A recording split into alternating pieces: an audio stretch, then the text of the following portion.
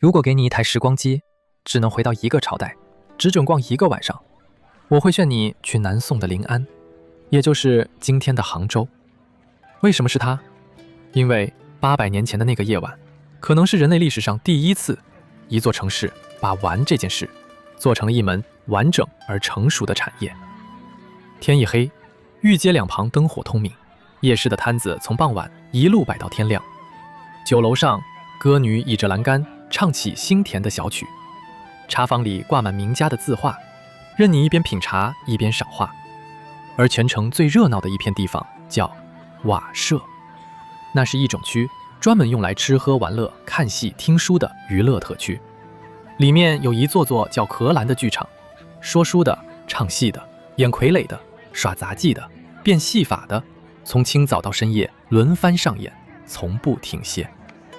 你想象一下那个画面，石板路上人间魔种，叫卖声此起彼落，运河上画舫穿梭往来，桥头的酒旗迎风招展。这座城里好像永远有逛不完的摊，看不完的戏，吃不完的宵夜。这可不是我编出来的盛世想象，而是一个南宋人亲眼看见、亲笔记下的真实临安。他把这座100万人口的大城，怎么买卖，怎么吃喝，怎么看戏，怎么过日子，一门一门间隙迷疑地写成了一本书，读起来就像一幅可以走进去慢慢逛的《清明上河图》，满纸都是市井的喧闹与营间的烟火。今天20分钟，我带你翻开这本南宋的都市导览，走一趟800年前全世界最繁华也最会玩的夜市与瓦舍。这本书叫《都城纪胜》。先说这本书的来历。《都城纪胜》成书于南宋理宗端平2年，也就是西元1235年。那时南宋偏安江南已将近100年。作者署名灌园奈德翁。有意思的是，这是个彻头彻尾的笔名。灌园是沾水灌溉菜园，甘于平淡度日的意思。奈德翁是一个耐得住寂寞、守得住清贫的老人。至于他到底姓甚名谁，当过什么官，是何方人士，800年来众说纷纫，莫衷一是，始终是一个解不开的谜。我们唯一能确定的是，他一定是个在临安住了很久，把这座城从里到外看得极透的人，否则写不出这么细的门道。全书篇幅不长，却分了整整14门，像14张逛街分类卡：市井、诸行、酒肆、食店、茶坊、四司六局、瓦舍众妓、社会、园院、舟船、布席、坊院、闲人、三教外地，从商业、餐饮、娱乐、园林，一路写到城里的三教九流、五行八作，一门一门井井有条。他记得是南宋的行在临安。这里要先解释一个词，南宋管首都叫行在，意思是皇帝暂时待着的地方，因为北方的九都汴京还牢牢陷在金人手里。南宋君臣嘴上始终不肯承认杭州是正式的京城，只当它是临时落脚的离站。可偏偏就是这座名义上临时的都城，繁华到了空前的地步。都城纪胜和后来吴介牧的《孟良录》、周密的《武林旧事》被合称记录南宋临安的3大笔记，而其中成书最早也最像一份都市生活指南的，就是我们手上这一本。先看这座城本身有多不得了。南宋的临安人口最多时超过100万，是当时全世界最大的城市，没有之一。同一个时代的欧洲最大的城市也不过10万人上下，两者差了整整10倍。100多万人密密麻麻走在西湖与钱塘江之间的一小块平地上，靠什么过活？靠的就是一整套高度发达的商业与服务企业。你要知道，城里的绝大多数人早就不种地了，他们靠做生意、靠手艺、靠替别人服务吃饭。更关键的是一场制度上的大松绑。城里不再像唐朝的长安那样，把做买卖的士关在固定的坊墙里，白天开门，日落击鼓收市。南宋的临安彻底打破了坊与市的界限，商店沿街开，铺面连成排，买卖不分置业。这在中国城市史上是一部革命性的跨越，从此中国的城市才真正变成了逛得起来的城市。奈德翁记下的正是这座不夜城的骨架，哪里有大市，哪里有夜市，哪条街专卖什么，哪家老店最有名。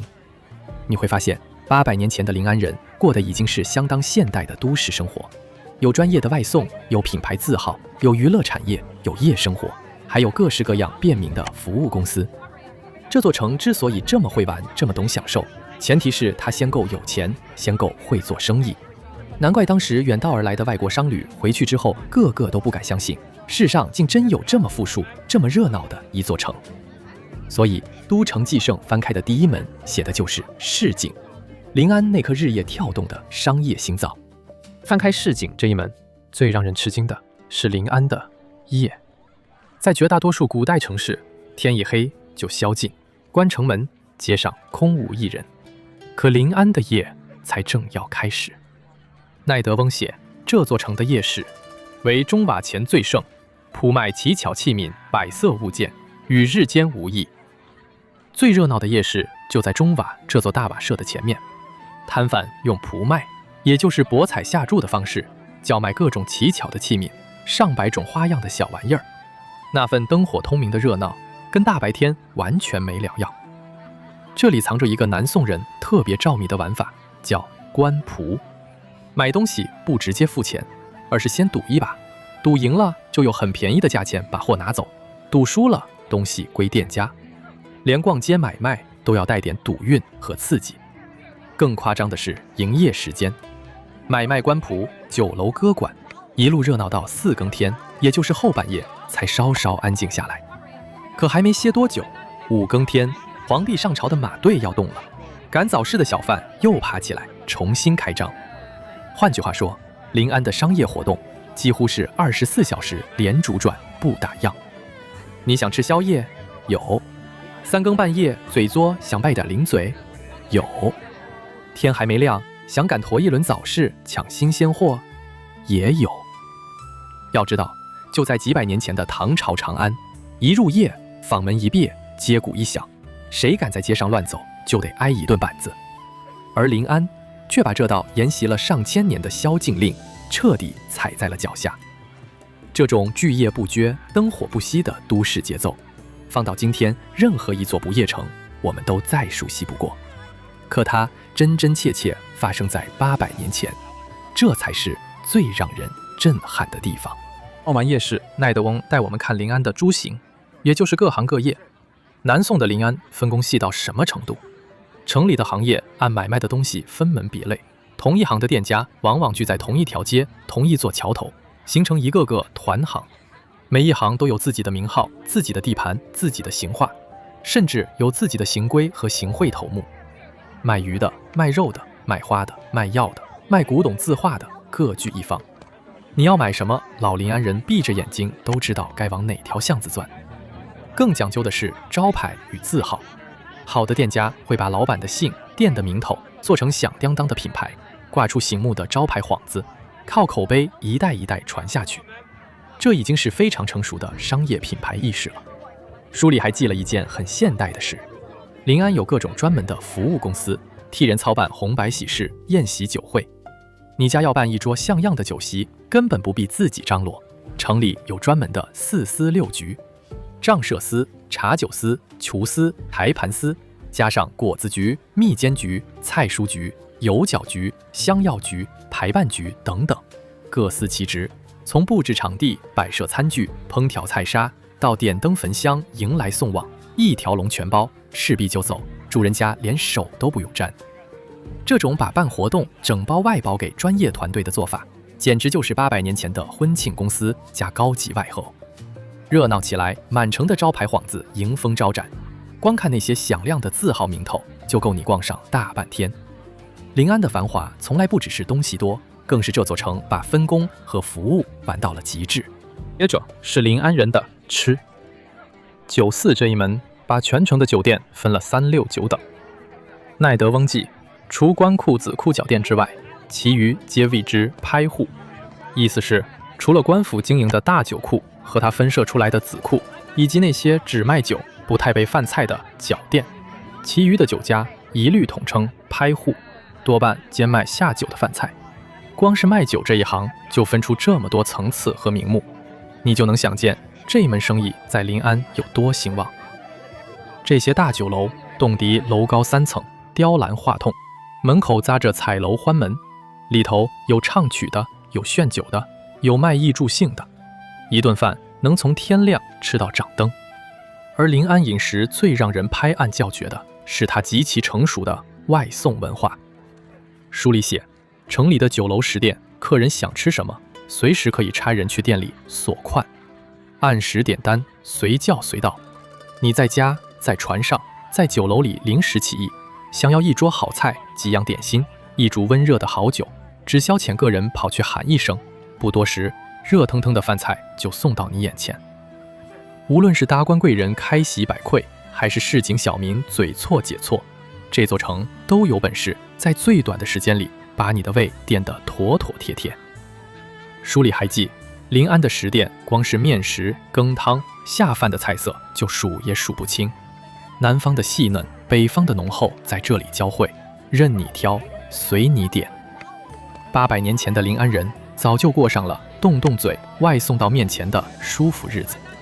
我们今天习以为常的种种都市便利，很多在南宋的临安就已经是一门门成熟的生意了。除了酒和饭，临安人还特别懂喝茶和泡茶馆。茶坊这一门虽然篇幅不长，却透着这座城独有的雅致与讲究。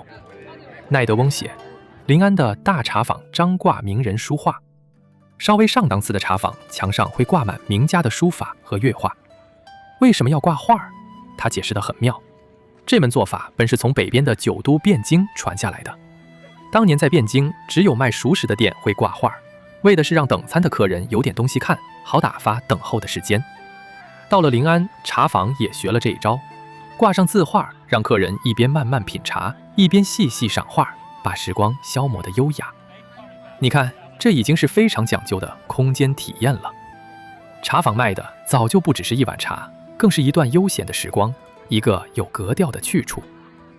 书里还记，这些茶坊会随着季节换花样，冬天卖暖身聚寒的擂茶和咸豉汤，夏天卖清凉消暑的梅花酒。而且茶坊还分好几种，有专供世人清谈的，有借喝茶之名让子弟学乐器拜师傅的，也有其实是年轻人聚会谈情谈生意拉关系的社交把手。它的功能早就远远超出了喝茶本身。更妙的是，讲究一点的茶坊里还藏着一手叫分茶的绝活。茶汤注碗，汤花翻涌，竟能在乳白的泡沫上幻化出花柩神鱼、山水石具，看得人泡泡称奇。就连喝茶这件小事，在临安都被完成了一门表演艺术。一座城会不会生活，懂不懂情调，看它的茶馆就知道。临安的茶坊卖的其实是南宋人那份难得的闲情。现在我们终于走到全书，也是整座临安最有意思的地方——瓦舍。这是都城纪胜分量最重的一门，叫瓦舍重记。什么是瓦舍？奈德翁一开篇就给了个绝妙的定义：瓦者，野合逸散之意也，不知起于何时。所谓瓦，取的是像瓦片一样聚起来容易，散开来也容易的意思。人潮呼啦的聚拢来，看完又呼啦的散去。至于这种地方究竟从什么时候开始有的，连他自己都说不清了。接着他写得很直白，这地方甚为世庶放落不羁之所，亦为子弟流连破坏之地。瓦舍是上至读书士人，下至市井百姓纵情放松、无拘无束的去处，同时也是害得不少大户人家的年轻子弟流连忘返，玩到荒废学业、败光家产的销金窟。你听出来了吗？瓦舍就是南宋的娱乐特区，城市里的大型游乐综合体。临安城内城外这样的瓦舍多达10几20处，各有名号，什么南瓦、北瓦、中瓦、蒲桥瓦，其中北瓦最大。而每一座瓦舍里又圈起一座座围着栏杆搭着棚子的剧场，叫苦栏，也叫看棚。一座大瓦舍里，苦栏多达10几座，每一座都在同时上演不同的节目，观众买张门钱走进去，就能从早看到晚。这这是人类历史上第一次把大众娱乐集中起来，常设化、商业化。无论且风下雨、寒暑阴晴，果栏里的戏天天照演不误。800年前的临安人一到闲暇，不是去逛街，就是呼朋引伴泡娃子去。瓦舍阔栏里到底在演些什么？奈德翁一项一项数给我们听，那简直就是一整份宋代的娱乐节目单。他说，散乐传学教方13部，唯以杂剧为正色。当时官方教方所传习的散乐共分成13部之多，而在这么多门类里，唯独以杂剧为正宗，为当家的看板招牌。这个宋代的杂剧可不是后来元朝那种成本大套的杂剧，而是一种短小精悍的滑稽戏。台上几个角色一段抖开的包袱，连说带唱，连演带闹，逗得满场哄堂大笑，还常常在插科打诳里夹带着针砭时政、讽刺权贵的讥讽。它正是中国戏曲最早的新型之一。除了杂剧，瓦舍里还有唱曲的，有把长篇故事又说又唱，一段一段连字成套的诸公调，有牵仙耍杖、活灵活现的傀儡戏，有隔着一张白布幕用剪影演故事的影戏，有专门模仿市井百态、南腔北调的杂扮，还有翻筋斗、走蛇索、顶大缸、吞刀吐火的百戏杂技，真是要什么有什么，应有尽有。一座瓦舍就是一整座综合娱乐城，而一座临安城里这样的娱乐城有10几20处。今天我们熟悉的戏曲、相声、杂技、皮影戏、说唱，几乎全都能在南宋的瓦舍阔栏里找到他们最早的模样和源头。台下的观众往往里3层外3层，解得水泄不通。一演到精彩处，满棚的喝彩声、叫好声，简直要把棚顶都给掀翻。可以说，中国的大众表演艺术就是在这一方小小的阔栏里，第一次被正式的养成了一门祥业。在瓦舍那么多门表演里，有一门跟我们这个节目的关系最深最亲，那就是说话，也就是说书。奈德翁记得格外仔细，他说，说话有4家，一者小说，谓之淫字儿。说书分成4大流派，头一家叫小说，又称淫字儿，专讲烟粉、灵拐、传奇、公案这一类短篇故事，情节曲折离奇，往往一场就能讲完，听得人如痴如醉。另一家分量最重、最减真功夫的叫讲史书。奈德翁说，讲史书就是讲说前代书史文传兴废真实之事，把前朝一代又一代的正史传记兴衰成败、金戈铁马、征战肃杀讲成一段段连日连本，欲知后事且听下回分解的长篇连载。此外，还有专讲佛经因果的说经，以及宾主一问一答、机智斗嘴的说参请。而全书最精彩、最见识力的一句评语，就落在说书人身上。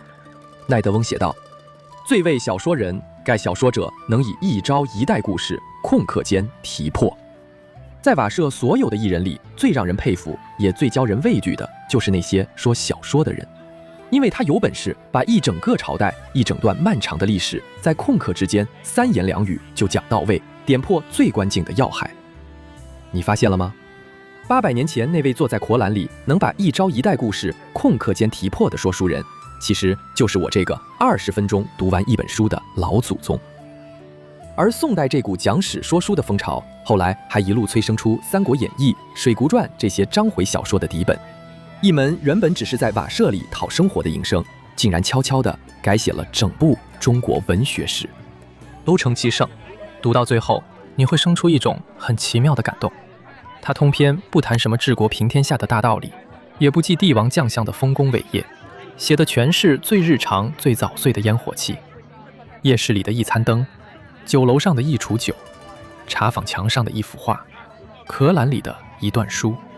可正是这些看似不起眼的小事，一笔一笔拼出了一座活生生、有呼吸、有体温的城，让800年后的我们还能隔着薄薄的纸页，闻到南宋临安夜晚那股喧闹的、热气腾腾的味道。这本书留给今天最重要的一课，也许就是这样一句话：一个时代真正的繁华，从来不只写在史书的工业与版图里，更藏在市井的烟火与人情之中。一座城懂不懂生活，有没有温度，看的是它的夜市、它的茶馆、它的娱乐，看的是寻常百姓怎么吃、怎么玩、怎么笑，怎么过一个寻常的夜晚。而更叫人动容的是，把这一切细细记下来的，是一个连真名都不肯留下的冠元奈德翁。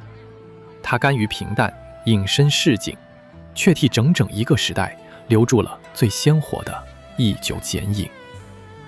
好，20分钟到了。如果这趟南宋夜市之旅让你有收获，记得订阅频道。